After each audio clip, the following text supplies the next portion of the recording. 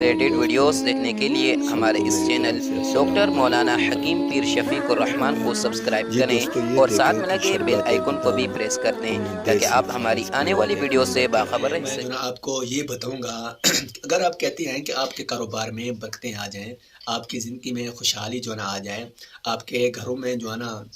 बरकत वाले, रहमत वाले, अज़मत वाले, शान वाले मामले आ जाएँ। मैं जो है ना आपको ऐसा एक अमल बता रहा हूँ जो मुजर्रब है, इसमें कोई शक नहीं है। तो मुजर्रब अमल है, आप ये अमल करेंगे तो इंशाअल्लाह अल्लाह पाक के करम से आपके घरों में बरकतें आ जाएँगी, कारोबार आपका अच्छा हो जाएगा। घर में जो है ना रहमत वाले, वुसअत वाले, कि शिफ़ा वाले मामले शुरू हो जाएँगे। वो अमल ये है कि गौर से सुनें आप, हर नमाज़ के बाद 100-100 मरतबा ये जो हम नमाज़ के अंदर दरूद पाक जो है पढ़ते हैं, नमाज़ वाला दरूद पाक